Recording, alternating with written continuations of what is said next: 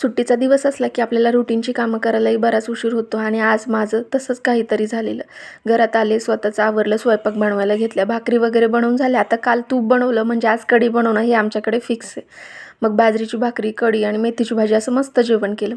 संध्याकाळी पप्पा ही कोथिंबीर काढून टाकत होते. म्हटले आता याला एवढे फुलं येत आहेत, मला आता दुसरी लावायची. म्हटलं ठीक आहे, काढून टाका. तोपर्यंत आमच्या छोट्याशा बाळाला खूपच लाड आलेला, माझ्या कडेवर बसून असं काहीतरी करत होतं. आता एवढ्या सगळ्या कोथिंबीरीचं काय करायचं, म्हटलं चला आज आपण कोथिंबीर वडी बनवूयात. आता एवढी कोथिंबीर नीट करायची म्हटल्यावर कंटाळा येतो. मी म्हटलं सासूबाईंना तुम्हीच नीट करा. तोपर्यंत मी, पृथ्वी आणि बाबा आम्ही बाहेर गेलो, कारण की आम्हाला पृथ्वीची औषधं आणायची होती.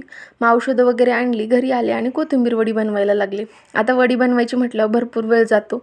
फक्त वडी बनवून काही भागत नाही, बाकीचा स्वयंपाकही करावा लागतो, म्हणून पटकन तयारीला लागली. छान मस्त बारीक कोथिंबीर चिरून घेतली. त्याच्यामध्ये गव्हाचं पीठ, बेसन पीठ, तांदळाचं पीठ. आता माझ्याकडे काही तांदळाचं पीठ नव्हतं, त्याच्यामुळे मी पोहे जाडसर मिक्सरमध्ये वाटून याच्यामध्ये टाकले आणि आपलं जिरं, हिरवी मिरची, लसूण, अद्रक याची पेस्ट करून त्याच्यात टाकली. आणि हे पीठ जेवढं जास्त घट्ट मळता येईल तेवढं जास्त घट्ट मळायचं, कारण की कोथिंबीरीला नंतर पाणी सुटतं आणि आपल्या वड्या चिकट होतील. मग हे सगळं मळून झालं, त्याला थोडा वेळ रेस्ट करून ठेवायची आणि त्याच्यानंतर ह्याचे छान असे गोळे तयार करून घ्यायचे. असे उभे गोळे तयार करून घ्यायचे आणि गोल आकार आला पाहिजे वड्यांना, असं काहीतरी करायचं. मग छान एक एक गोळे तयार करून घेतले आणि आता कढईमध्ये चाळणी ठेवून त्याला वाफेसाठी ठेवायचं.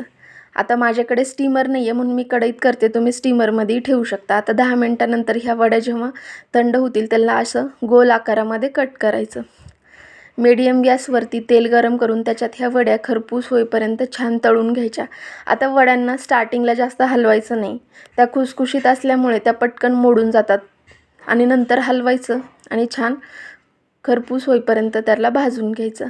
आता बराच वेळ ही प्रोसेस चालते. कमी गॅसवर भाजलं तर वड्या जास्त खुसखुशीत होतात. मग एक एक करून मी या सगळ्या वड्या तळून घेतल्या. आता या वड्यांची मेन खासियत अशी की याच्यात तीळ वगैरे टाकले तर याला अजून जास्त चव लागते. आणि अशी होती माझी कोथिंबीर वड्यांची रेसिपी. तुम्हाला ही रेसिपी कशी वाटली मला कमेंट करून नक्की सांगा.